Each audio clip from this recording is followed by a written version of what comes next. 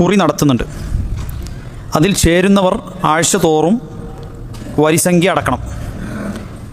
ആ അടക്കുന്ന തുകക്കുള്ള സാധനങ്ങൾ അവർക്ക് പിന്നീട് വാങ്ങാം.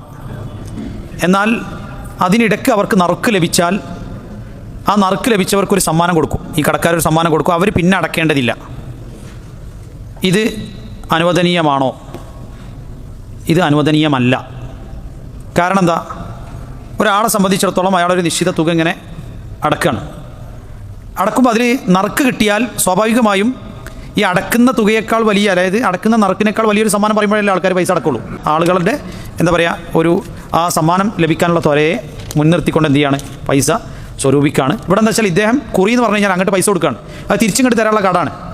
അപ്പോൾ അതിൻ്റെ പുറമെ ഒരു സമ്മാനം കൂടി ഇദ്ദേഹത്തിന് ലഭിക്കുക, അല്ലെങ്കിൽ അതിനേക്കാൾ മൂല്യമുള്ളൊരു സമ്മാനം തിരികെ ലഭിക്കുമെന്നുള്ള ഒരു പ്രതീക്ഷ നൽകുക, ഇതൊന്നും നമുക്ക് ശർഈയായ നിലക്ക് അനുവദിക്കപ്പെടുന്ന രൂപത്തിലുള്ള ഇടപാടുകൾ അല്ല.